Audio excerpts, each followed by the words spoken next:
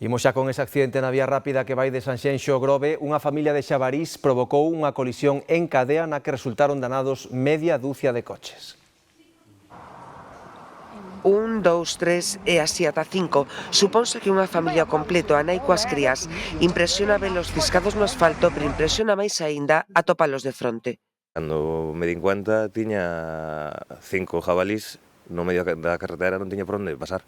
Me din cuenta, estaba encima deles.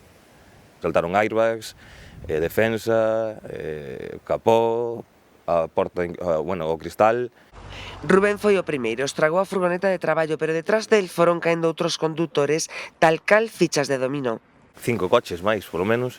Cando vimos os jabalíes non nos dou tempo a nada, nos pasamos todo por riba, desfixemos o coche por debaixo, estaban tirados todos na carretera. O máis medo que tiña que non sabía se eran animales, se eran personas, que era o que había ali tirado.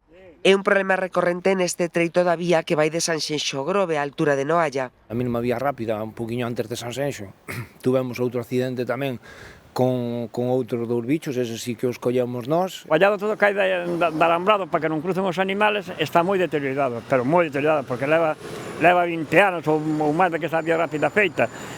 Entonces, pouco a pouco, foixe cortando e non puxeron remendadas, un trozo aquí, outro trozo acolá, e os jabalís, principalmente, onde está o cementerio de Noalla, que é a principal salida deles, aí cruzan para baixo e depois van ao largo da carretera. De feito, a historia puido repetirse só unha hora despois do primeiro sinistro. Chovía bastante, xa era de noite, e sí que vin como unha sombra. Entón sí que paramos todos os coches, que íbamos bastantes en fila, cerca dese sitio. Están preocupados, pero tamén fartos.